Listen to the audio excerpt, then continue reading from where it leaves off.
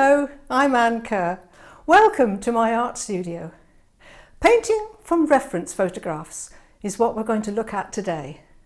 Sometimes when you look at a photograph and you want to make a painting from it, you think, where on earth do I start? So, by the end of this video, you will have a very good idea about what to put in and what to leave out of your photograph. So, are you ready?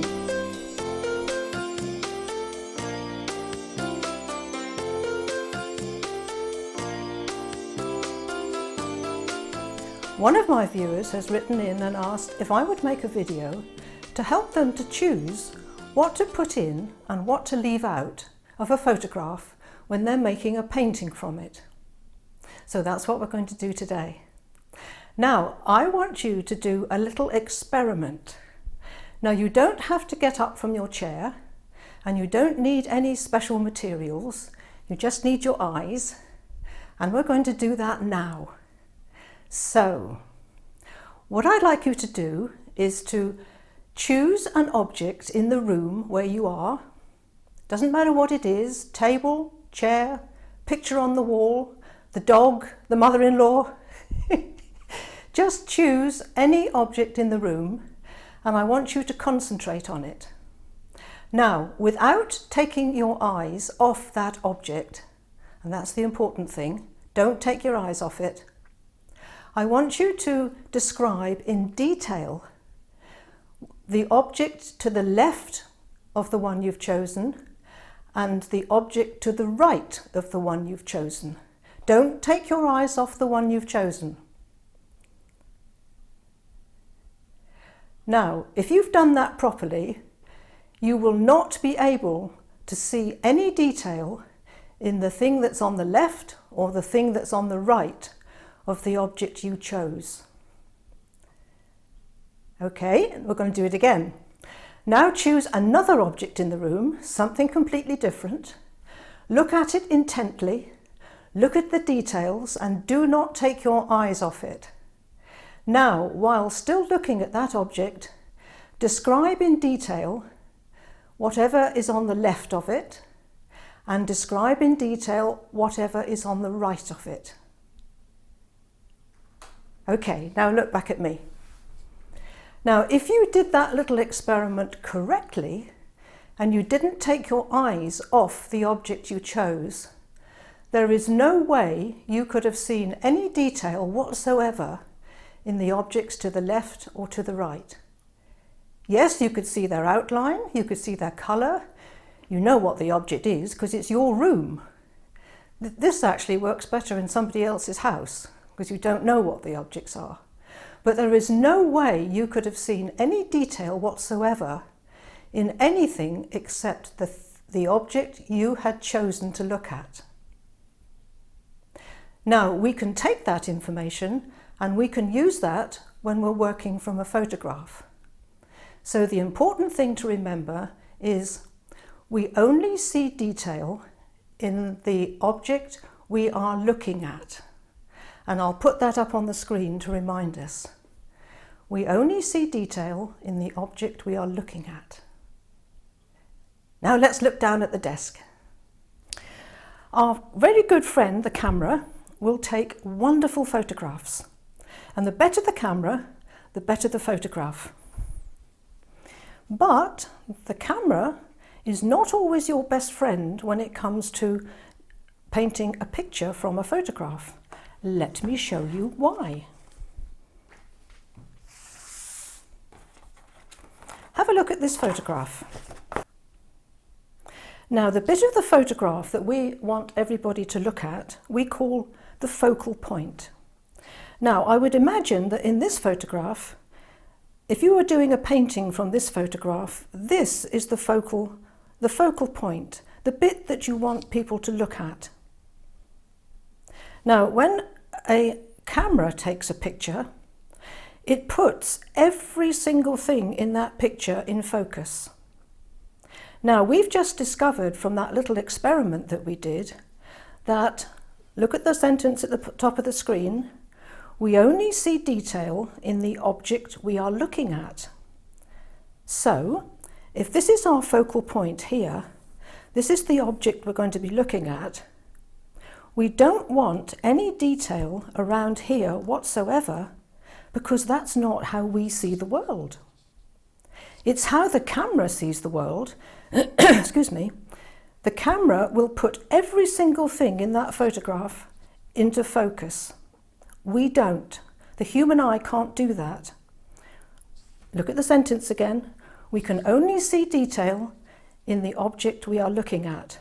So when you're painting a picture, you put all your detail and all your strong tonal contrasts into your focal point.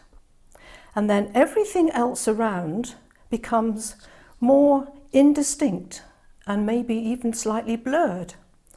You see, if we're concentrating on this part of the waterfall, this tree here just becomes a yellow shape. There is no way we can see every leaf on that tree when we're looking at the waterfall. It's not possible. Our eyes don't work that way. So when we paint a picture, paint the picture in the way our eyes work. Detail, no detail.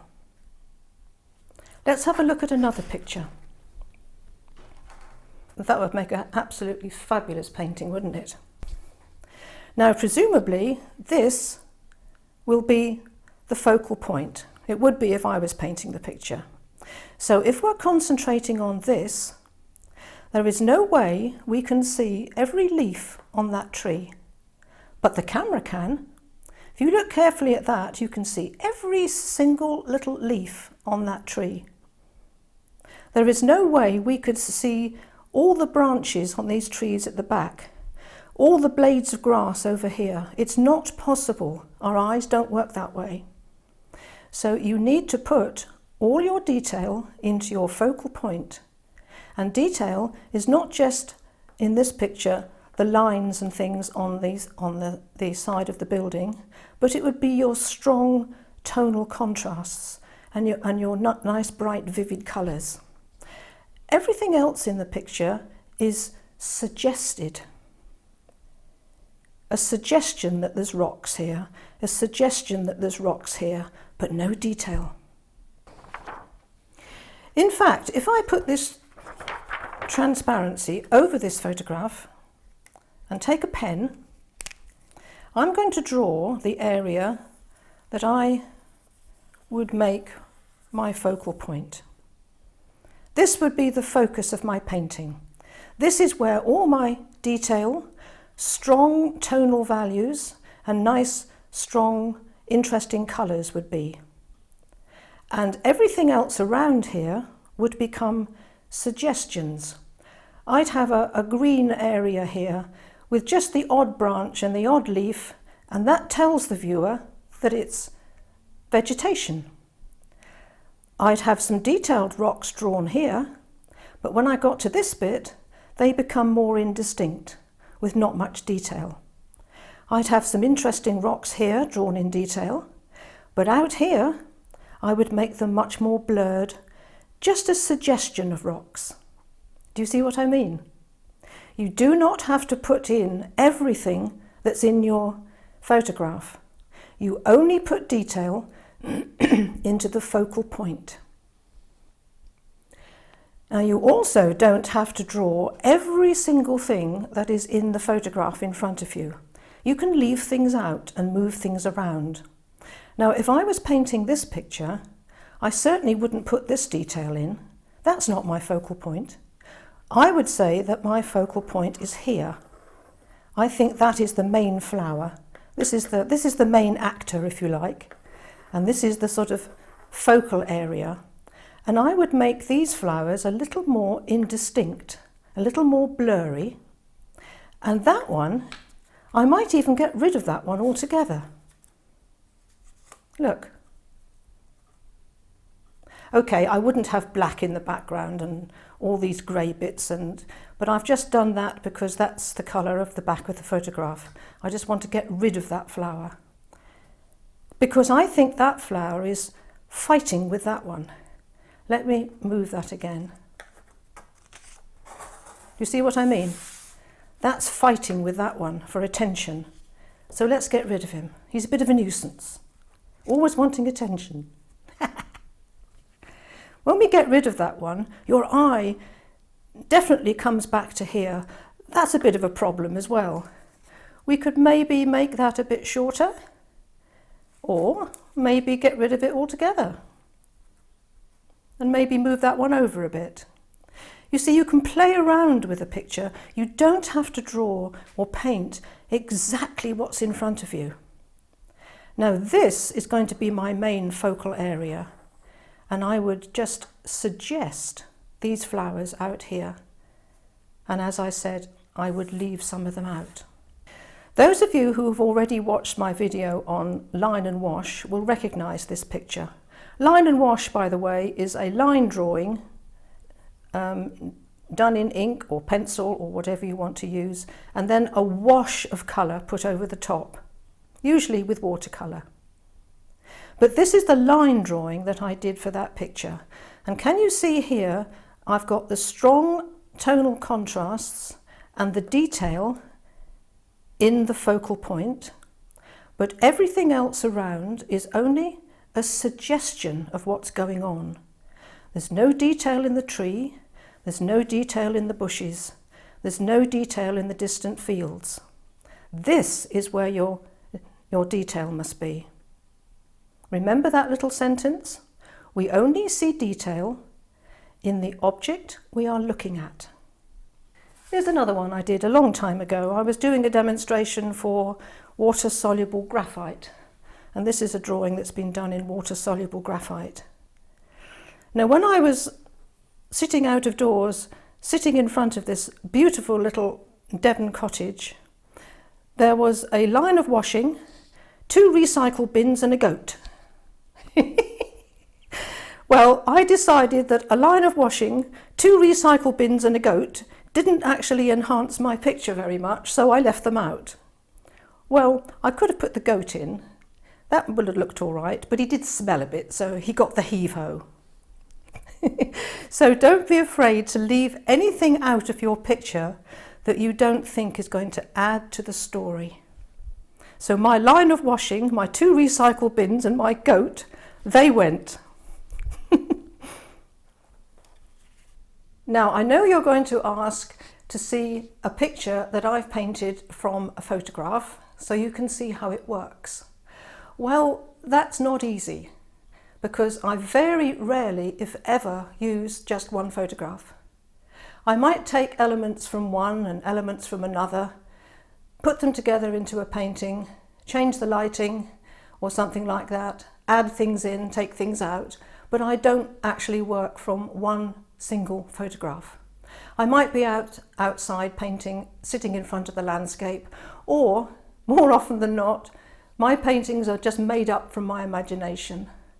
So I can't just produce a photograph that I've worked from. So we now know that we need to put all our fine detail, our strong tonal values, and our bright colours and contrasts into our focal point. Everything else around in the picture becomes a supporting role with not very much detail in it. Now, hopefully that's going to help you to plan your next painting and know what to put in and what to leave out of your picture. If this video has been useful for you, then if you haven't done so already, then please click that subscribe button and the little bell icon, because that will let you know when I upload another video. If you've enjoyed this one, give it a thumbs up. Thank you for watching, and I'll see you next time. Now remember, there is an artist in everyone. Goodbye for now.